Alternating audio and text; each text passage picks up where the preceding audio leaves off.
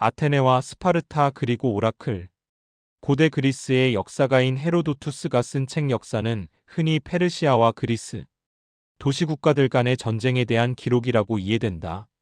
그러나 헤로도투스가 더 관심이 있었던 주제는 본인 스스로가 첫 문단에 밝히듯 페르시아와 그리스라는 위대한 두 제국이 왜 서로 전쟁을 할 수밖에 없었는가라는 것이었다. 헤로도투스는 페르시아 전쟁의 원인을 페르시아와 그리스의 서로 다른 노모스 때문이라고 분석했다. 자연적, 근본적, 보편적인 것, 즉 인간이 만들지 않은 현실을 뜻하는 피지스와 달리 노모스는 인간이 선택하고 만들어 온 모든 사회적 규범, 즉 법, 관습, 그리고 문화를 통칭한다.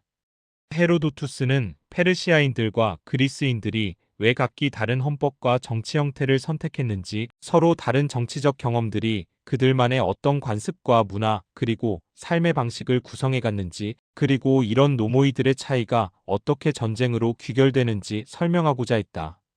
예를 들어 역사 제3권은 다리우스가 캄비세스 2세의 사망 직후 쿠데타를 성공시킨 후 쿠데타의 다른 주역들인 메가바이저스, 오타네스 등과 함께 새로운 헌법 제정에 관해 토론한 내용으로 가득 차 있다. 인류 최초로 기록된 비교헌법학 논쟁이라고 할 만하다. 헤로도투스는 페르시아와 그리스뿐만 아니라 그리스 도시국가들 사이의 노모이들의 다름 역시 관찰하고자 했다. 특히 페르시아와의 전쟁이 진행되면서 두드러지는 아테네와 스파르타 간의 문화적 차이, 그로 인한 양 도시국가 간의 깊어져가는 불신을 기록한다. 대표적인 것이 과거의 관습과 전통에 대한 아테네와 스파르타의 상반된 태도이다. 영화 300을 통해 우리는 스파르타가 용맹한 도시국가였다는 고정관념을 갖고 있지만, 아테네의 입장에서 본 스파르타는 구태의연한 관습과 전통, 그리고 엉뚱한 미신에 사로잡혀 늘 갈팡질팡하는 도무지 신뢰할 수 없는 동맹이었다. 페르시아의 제1차 그리스 침공 당시 다리우스 1세가 이끈 페르시아 대군을 홀로 마라톤 평야에서 맞서야 했던 아테네는 스파르타에 급히 지원 요청을 했다. 아테네의 호소에 마음이 움직여 지원군을 보내야겠다고 결정을 했음에도 불구하고 스파르타는 카르네이아라는 축제 중이며 달이 모두 차기 전에는 전장에 나갈 수 없다는 관습법을 들어 참전을 미루었다. 아예 도와주지 않겠다고 결정했다면 모르겠지만 밀려들어오는 페르시아의 대군 앞에서 일개 관습을 지키기 위해 출병을 망설이는 스파르타를 아테네가 얼마나 한심하게 여겼을지 짐작할 수 있다. 아테네는 스파르타의 도움 없이 마라톤에서 페르시아와 맞서 싸웠고 결국 대승을 거두었다. 10년 후 크세르크세스가 이끈 제2차 침공 당시 스파르타가 다시 한번 보여준 어리석음과 무능력함은 아테네로 하여금 스파르타는 믿을 수 없는 자들, 말 따로 행동 따로인 자들이라는 확신을 심어주는데 충분했다. 델파이 오라클의 신탁을 철석같이 믿은 스파르타의 왕 레오니다스는 스파르타 군대는 페르시아를 도저히 이길 수 없고 어차피 전쟁터에서 전부 죽을 것이라고 지레 짐작했다. 뭘 해도 질 것이라고 믿고는 본인이 전사하더라도 가문을 이을 아들이 있는 군인 300명만 달랑 이끌고 테르모필레 전투에 나섰다. 한낱 무당의 허무맹랑한 말에 현혹되어 페르시아를 이겨야 하고 이길 수 있다는 자신감도 없이 그저 그리스 연합군을 위해 희생하겠다고, 죽어서 시간을 끌어주겠다고 전투에 나선 것이다. 아테네의 민주정은 과거의 전통에 얽매이고 미신에 사로잡혀 늘 머뭇거리던 스파르타와 달랐다. 아테네는 페르시아에 맞서면 멸망할 것이니 도망가야 한다는 델파이의 오라클 따위는 무시해버렸다.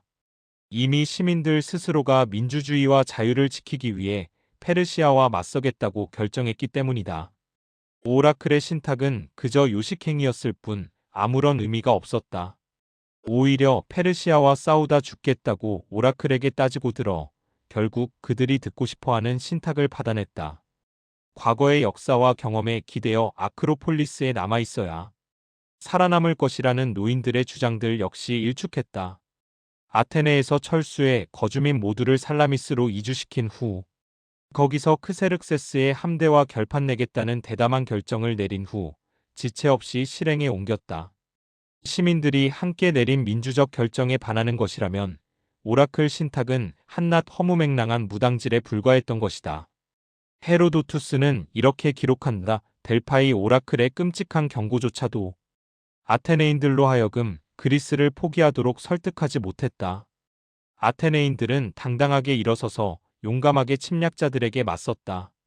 역사니 경험이니 하는 과거의 권위에 근거한 9세대 노인들의 조언도 아테네 시민들이 가진 과감한 결전의 의지를 바꾸지 못했다. 겨우 300명의 용사들이 아닌 민주시민 전체가 한마음으로 용기를 내어 페르시아 제국에 맞섰다.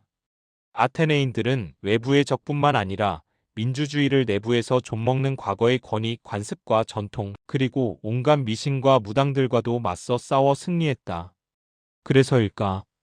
헤로도투스는 그리스의 진정한 수호자는 스파르타가 아니라 아테네였음을 분명히 한다.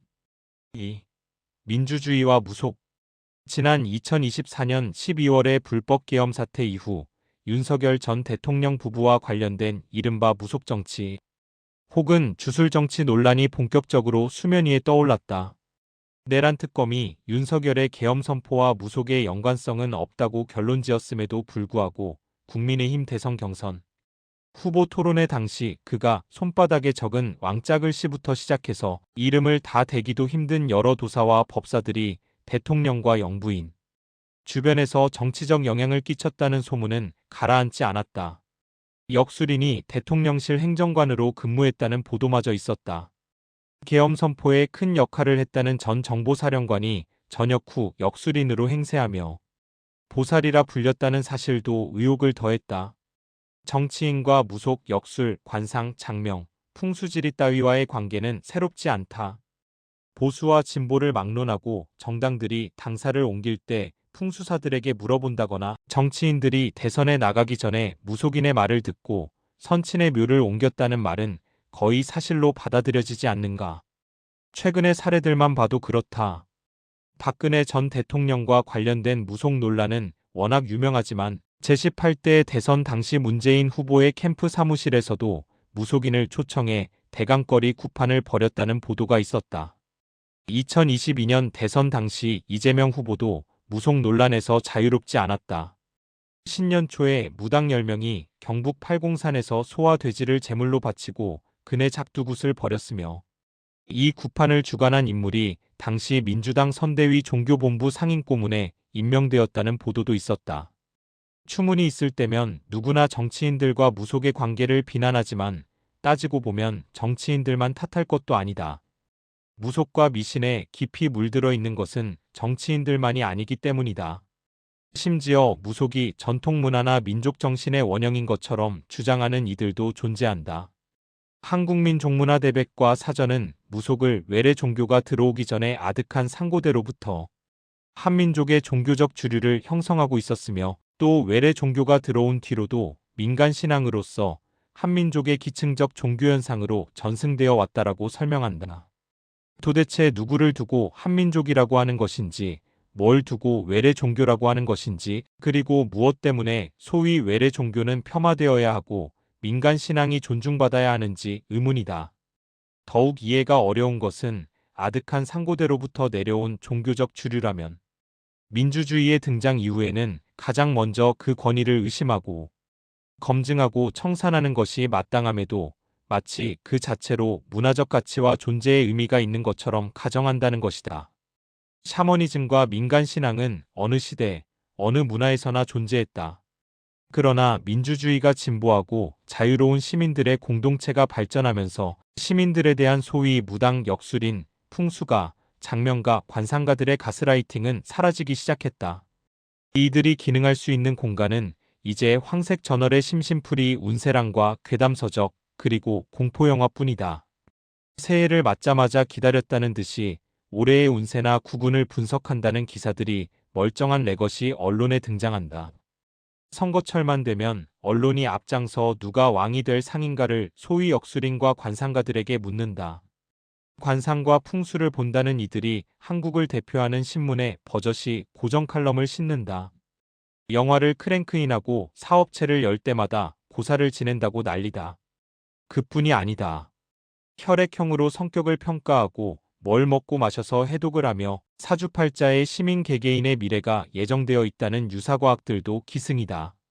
온갖 복잡 미묘한 원리를 읊어대며 복받는 방법을 알려준다는 이들에게 선거철마다, 대학 입시철마다, 혼사 때마다, 자녀 이름을 지을 때마다, 이사를 갈 때마다, 승진철마다 다 큰 성인들이 재물을 바치고 머리를 조아린다. 혼자 복을 받겠다는 이기적인 마음으로 무당, 장명가, 점쟁이들에게 돈 갖다 바치는 것을 부끄러워하지 않는 사람들이 무속에 심취했다는 정치인들을 비판할 자격이 있는지 의문이다. 자기가 하면 민속과 전통 문화이고 남들이 하면 주술의혹이란 말인가. 심지어 정상적인 종교들 역시 무속과 미신의 망측한 행태들을 따라가는 것처럼 보인다. 구만이 이적이니 하는 갖가지 해괴한 종교의식으로 시민들을 현혹한다. 중에게 기리를 잡아달라고 하거나 귀신을 쫓고 병을 고친다는 목사를 찾는 일도 있다고 한다. 광장에서 온갖 폐륜적인 정치 구호를 서슴지 않는 일부 종교 지도자들에게 쉽게 선동당하는 것도 무속의 관대한 사회 분위기와 관련이 있는 것은 아닐까 하는 생각마저 든다. 풍수라는 술수의 폐해에 대해 다산 정약용은 그의 저서 풍수집의 서문에서 이렇게 지적한다. 풍수설은 세상에서 흔히 신봉하여 덕이를 닦지 않고 장모에게 복을 구하는데 관습과 풍속이 이미 고질화되어 미혹된 사람들을 깨우칠 수가 없다. 입으로는 효를 말하나 실상은 개인의 출세와 가문의 번창과 같은 이기적인 욕망의 발현이 곧 풍수의 본질임을 밝혔다. 당시 구타와 살인사건의 절반이 묘자리 분쟁 탓이라고 한탄했다. 괴력난신의 폐해가 풍수 하나에 그쳤을 리가 없다. 한국이 민주화된 지 40년이 다 되어가는데 아직도 다 큰 성인들이 요사스런 자들의 새치혀에 속아 재산을 탕진하고 가족끼리 이웃끼리 미워하고 다투며 결혼 날짜 하나 스스로 정하지 못하고 자기 자식 이름 하나 뜻대로 짓지 못함이 비극이다.